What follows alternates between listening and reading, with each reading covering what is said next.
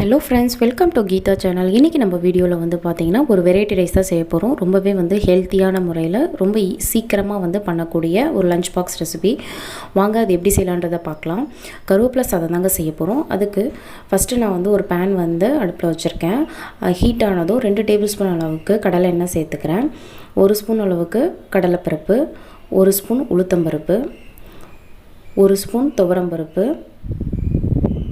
இப்போ இது எல்லாத்தையும் நல்லா கோல்டன் ப்ரௌன் வர வரைக்கும் நம்ம வந்து வறுத்து எடுத்துக்கணும்.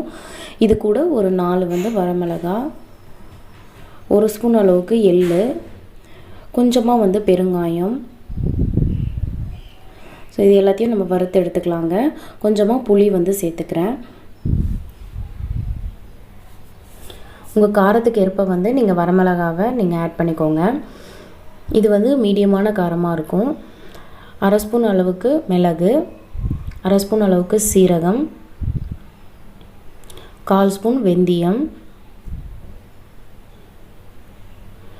வெந்தயம் போட்டிங்கன்னா கொஞ்சம் நல்லா வாசனையாக இருக்கும், அதுக்காக தான்.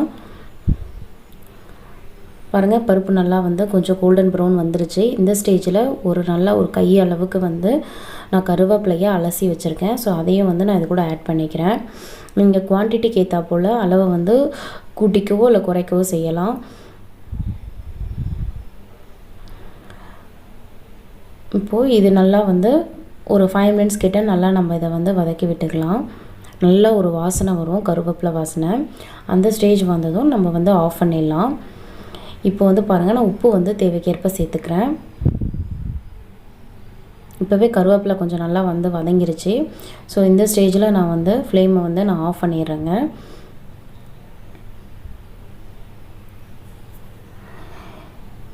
இது எல்லாத்தையும் நல்லா ஆறின பிறகு ஒரு மிக்சியில் வந்து நான் ஆட் பண்ணிக்கிட்டேன். இதை நல்லா வறுத்து பாருங்கள், இதை நல்லா வந்து பவுடராக்கி நல்லா பொடியாக அரைச்சி எடுத்து வச்சுக்கிட்டேன். இப்போ அதே கடாய் வச்சுருக்கேன். அதில் 1 டேபிள் ஸ்பூன் அளவுக்கு ஆயில் வந்து ஆட் பண்ணிக்கிறேன். ஸோ ஆயில் அதிகமாக தேவைப்படுதுன்னா கூட நீங்கள் 2லேருந்து 3 கூட ஆட் பண்ணிக்கலாம். இதில் 2 வரமிளகா கிள்ளி சேர்த்துருக்கேன். 1 ஸ்பூன் வந்து உளுத்தம்பருப்பு.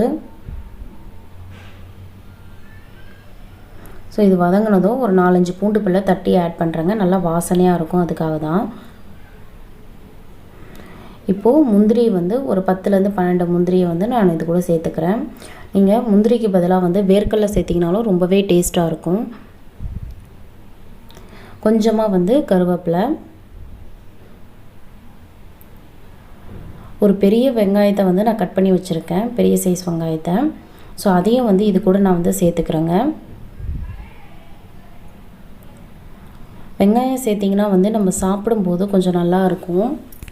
ரொம்ப ட்ரையாக ஃபீல் பண்ணாத, ஓரளவுக்கு நல்லா கொஞ்சம் ஸ்வீட்னஸ் கலந்த டேஸ்ட் வரும், அதுக்காக தான். இப்போ இது நல்லா வந்து வதங்கட்டும்.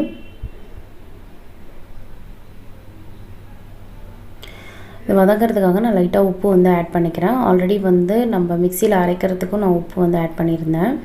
ஸோ நீங்கள் கரெக்டாக அளவு பார்த்து போட்டுக்கோங்க.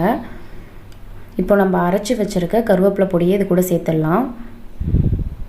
ஸோ இது போட்டதும் ஒரு 1 நிமிஷம் கிட்ட நீங்கள் வதக்கினா போதும். ஏன்னா ஆல்ரெடி நம்ம எண்ணெயிலலாம் நல்லா வந்து வதக்கி தான் அரைச்சி வச்சுருக்கோம். ஸோ ஆல்ரெடி நான் வந்து சாதம் வந்து உடைச்சி நல்லா வந்து ஆற வச்சுருக்கேன். ஸோ ஒட்டாத வரதுக்காக 1 டேபிள் ஸ்பூன் அளவுக்கு ஆயில் வந்து ஆட் பண்ணிக்கிறேன். ஸோ இதில் வந்து நம்ம வச்சுருக்க பொடியை வந்து கருவேப்பிலை சாத பொடியை சேர்த்துடலாம். இது எல்லாத்தையும் நல்லா வந்து கலரி விட்டுக்கலாங்க. சாதம் கொஞ்சம் உதிரியாக வரா போல் நீங்கள் வெடித்து எடுத்துக்கோங்க. அவ்வளோதாங்க, நம்மளோட டேஸ்டான ஹெல்த்தியான கருவேப்பிலை சாதம் வந்து ரெடி ஆகிடுச்சு. சீக்கிரமாக வந்து பண்ணிடலாம். இந்த ரெசிபி உங்களுக்கு ரொம்ப பிடிச்சிருக்கும், யூஸ்ஃபுல்லாக இருக்கும்னு நினைக்கிறேன். பிடிச்சிருந்தால் மறக்காமல் வந்து கீதா சேனலை லைக் பண்ணுங்கள், கமெண்ட் பண்ணுங்கள், ஷேர் பண்ணுங்கள், சப்ஸ்கிரைப் பண்ணி வச்சுக்கோங்க. தேங்க்யூ.